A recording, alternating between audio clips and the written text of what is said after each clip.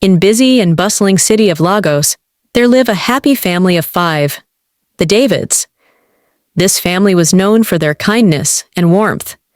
John and Sarah David were a hard-working couple, raising their 3 children in a peaceful neighborhood.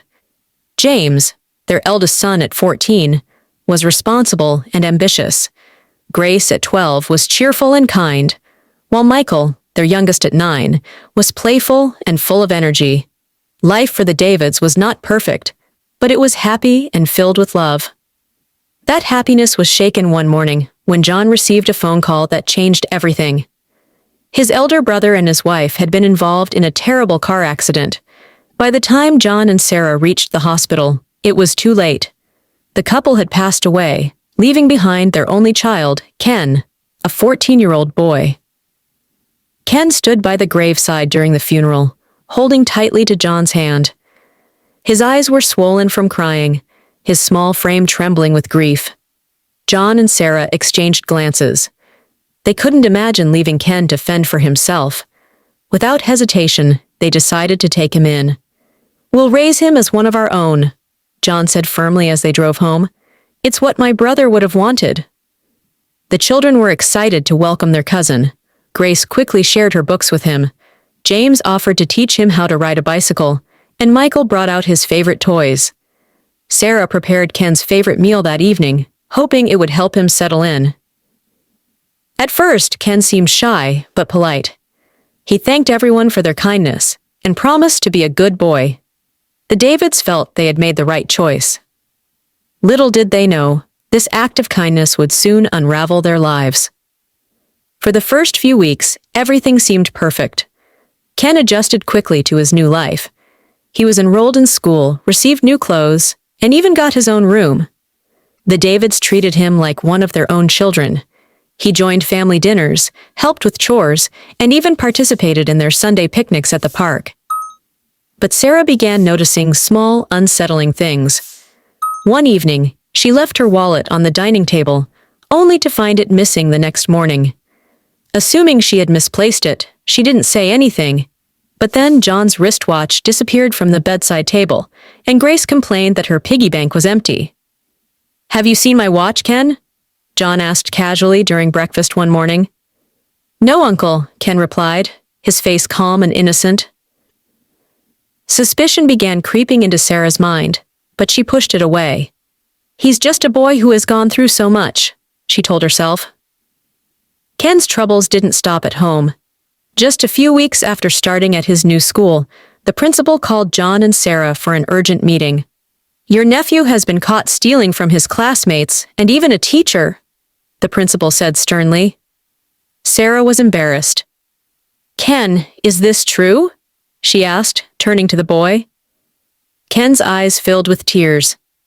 "I didn't mean to, Auntie," he whispered. "I just wanted to borrow it.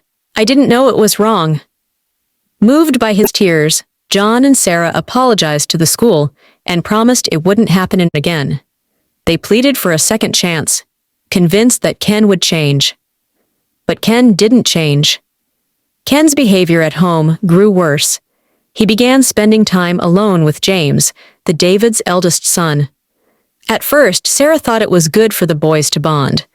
But soon, James started coming home with strange items, a new video game, a pair of headphones, and couldn't explain where he got them.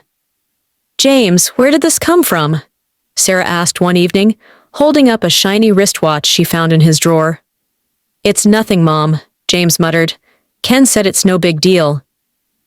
Ken had started influencing James, teaching him to shoplift and sneak out of the house at night. John and Sarah were growing increasingly worried, but they didn't know how to handle the situation. While Ken was corrupting James, he also turned his attention to Grace.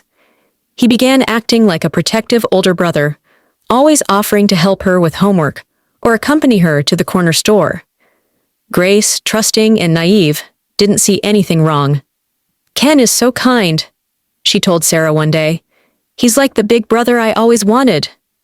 But Ken's intentions were far from innocent.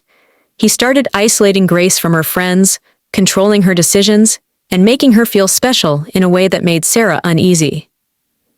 "Grace has been acting strange lately," Sarah confided in John one evening. "She's a teenager," John replied. "It's probably just a phase."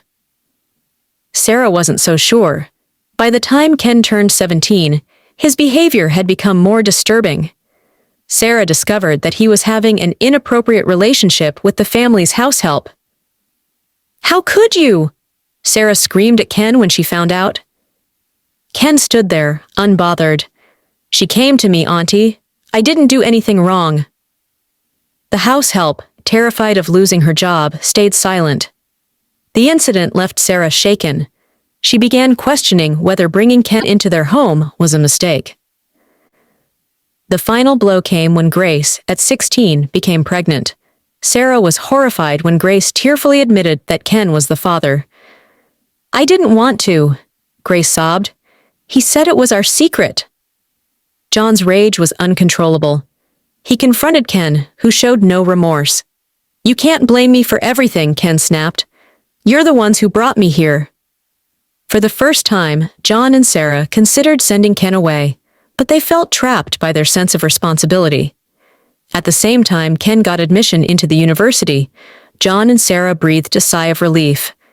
Maybe, just maybe, distance would help him change. Perhaps being away from the family would give Ken the space he needed to mature. James, too, had received his university admission. The Davids were hopeful that their son, having seen the worst of Ken's influence, would have a fresh start at his own school. James and Ken had always been close, like brothers, sharing secrets and mischief. But as time passed, James began to see how dangerous Ken's ways had become. The influence Ken had over him was growing toxic, and James realized that he needed to break free. On the day both boys left for university, the Davids were filled with mixed emotions. They hugged their children tightly, wishing them well. As they drove off to their respective campuses, John and Sarah exchanged a quiet look, both silently agreeing that this separation could be the best thing for their family. However, the relief they felt was short-lived. At university, Ken's behavior only worsened. The freedom of being away from the Davids seemed to release something darker inside him. He quickly became known for his reckless behavior, skipping classes and causing trouble wherever he went. He started hanging out with a dangerous group of students, a criminal gang that engaged in theft, drug dealing, and violent fights. They saw Ken's anger and bitterness as a perfect fit for their group. He was easily manipulated into participating in their illegal activities. Ken's newfound friends encouraged him to join in on various schemes. They promised him power, money, and respect, things he had always craved but never earned through hard work. Ken, eager for acceptance and feeling rejected by his past, dove deeper into the criminal world. Meanwhile, James, who had been settling into university life, started to notice the changes in Ken. At first, he tried to keep in touch with his cousin, believing there might still be some good in him. But over time, the phone calls became fewer, the messages less frequent. James heard rumors about Ken's involvement with the gang and his increasing troubles with the law. He was shocked. The boy he had once considered his closest friend was now a stranger to him. James, seeing how far Ken had fallen, made the difficult decision to cut ties completely. He stopped answering Ken's calls, ignored his messages, and refused to meet with him when Ken tried to reach out. James knew he had to protect himself. His parents had always warned him about Ken's influence, and now, seeing the truth, James realized just how deep the damage went. One evening, after a particularly violent incident involving Ken and his gang, the inevitable happened. Ken was arrested. The police had been watching the gang for months, and it was only a matter of time before they caught them in the act. Ken was taken into custody for his role in a robbery gone wrong, where a student was seriously injured. The Davids were stunned when they heard the news. For years, they had been trying to help Ken, hoping that he would turn his life around, but all their efforts had been in vain. It was clear now that Ken was beyond help, consumed by the very darkness they had tried to shield him from. Sarah collapsed in tears when the police called them. "I don't understand, John," she whispered through her sobs. "How did it come to this?" John, too, was devastated. But he had to be strong for his family. He spoke with the authorities, hoping they could offer some leniency for Ken. But the damage was done. Ken's involvement in the gang and his escalating criminal activity meant that there was little the police could do. Ken's arrest sent shockwaves through the David family. Grace, who had been trying to move on from her past and focus on her own future, couldn't believe what she was hearing. She had always feared this moment would come, but now that it had, she was unsure how to cope with the pain. James, feeling guilty for cutting ties with Ken, decided to visit his cousin in prison. But when he stood face to face with Ken, the boy who had once been his closest friend, James didn't recognize him. The rage and bitterness in Ken's eyes had replaced the shy, grateful boy he had once known. "Why did you leave me, James?" Ken spat, his voice cold. "You were supposed to be my brother, but you just abandoned me." James, holding back tears, replied softly, "I couldn't be a part of what you were becoming, Ken. I tried to help you, but you refused to listen. You chose this life." Ken's expression faltered for just a moment, but then his anger returned. "It's too late now. I don't need anyone." James left the prison that day with a heavy heart, realizing that his cousin was lost to him forever. Meanwhile, Grace, now a young adult, had begun to turn her life around. Despite the trauma of the past, she focused on her studies and started working part-time to support herself. She was determined to make something of her life, no longer allowing Ken's dark influence to control her future. Ken's life behind bars was a painful one. His involvement in the gang led to a long sentence, and he spent his days in the prison system reflecting on his past mistakes. There were moments when he regretted his actions, but it was too late to undo the harm he had caused. From his cell, Ken wrote a letter to the Davids. It was a letter filled with apologies and tears. He acknowledged the pain he had caused them, his selfishness, and his choices. He begged for forgiveness, but deep down, he knew that it was something they could never give him. The Davids, though scarred, had found peace. They had made mistakes, yes, but they had also learned a hard lesson. Kindness could sometimes be a double-edged sword.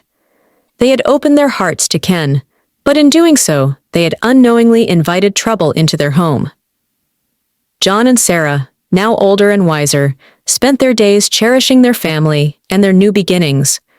Grace later got admission into the university after nursing her child. James graduated with honors, and Michael grew into a young man of great promise. The Davids had learned the painful truth that sometimes kindness could come at a heavy price.